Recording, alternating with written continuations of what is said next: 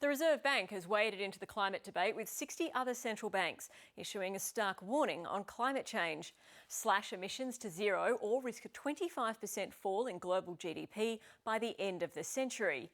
Businesses and investors are upping pressure on the federal government to commit to net zero emissions by 2050.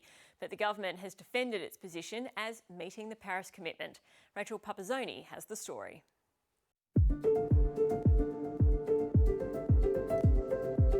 Lighting up Australia's biggest city, today flicking the switch on 100% renewable electricity.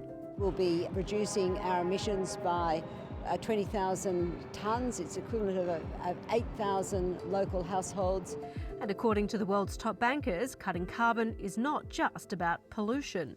The potential economic costs and financial risks that we see could be catastrophic. The Reserve Bank of Australia is one of 66 central banks, including the Bank of England, warning there could be a catastrophic 25% plunge in global GDP by the end of this century if policymakers don't sign up to aggressive cuts to emissions. A report commissioned by the banks says even achieving net zero emissions by 2070 will see a 4% cut to global GDP. If we act now, there is a good chance that we might keep global warming to well below 2 degrees. Last week, the Australia Energy Council, representing business and supported by state governments, appealed to the federal government to set a target of zero emissions by 2050. The Energy Minister Angus Taylor was not available for an interview, but in a statement from his office told the ABC the government has a very clear 2030 emissions reduction target and a joint global commitment through the Paris Agreement to deliver net zero emissions in the second half of the century. And last week, the government rejected an appeal from Labor to end the climate wars with bipartisan targets on emissions. While the political scrap continues, some of the country's biggest institutions say government policy is crucial to guiding investment. We would like to see more certainty in terms of federal government policy. And to be very clear why that's important for a fund like HESTA is government is an enabler of the environment that we invest in. HESTA is cutting carbon emissions in its $52 billion investment portfolio by 33% by the end of this decade and has pledged to reach net zero by 2050. And it really is related to this issue of managing the risks of climate change and ensuring that we're in a position to continue to deliver great returns for our members over the long term.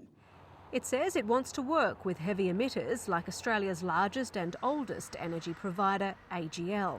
The power company says it's now linking executive bonuses to emissions targets. It's a good way for our shareholders to see that we're responding to what they're asking for.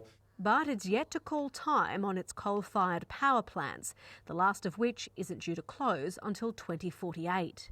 We will see that our emissions intensity will come down over time, even as for some time to come, coal-fired will remain the backbone of what we do. And energy stocks are having a tough time. Analysis by the Australia Institute reveals it was the worst performing sector among the top 300 companies listed on the ASX in the last decade. Fossil fuel companies not only negatively impact the climate, but also negatively impact the savings of most Australians through their superannuation. Richie Merzian says investors are expecting tougher policy action, and the government's plans to use leftover credits from the Kyoto Protocol is sending the wrong message.